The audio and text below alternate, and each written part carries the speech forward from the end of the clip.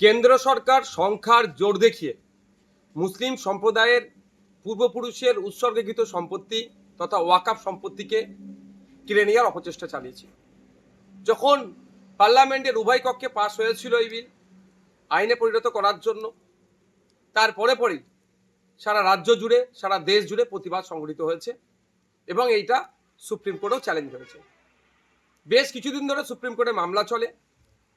একাধিক পক্ষের শুনানি হওয়ার পরে আজকে চিফ জাস্টিসের বেঞ্চ একটা অন্তর্বর্তী রায় দিয়েছে। এই রায়ে কিছুটা স্বস্তি মিললেও সম্পূর্ণরূপে এটা সুরাহা এখনো হয়নি। আমি আশা করব চূড়ান্ত রায় যখন আসবে, ওয়াকাফ সংশোধনী আইন যেগুলো সংখ্যালঘু সম্প্রদায়ের মানুষের বিপক্ষে যায়নি, শুধু সংবিধানের একাধিক আর্টিকেলে আঘাত দিয়েছে, সেটা আশা করব চূড়ান্ত রায়ে সেটা পাবো আমরা। এই ইনসাফের লড়াই চলবে, আইনি লড়াই চলবে।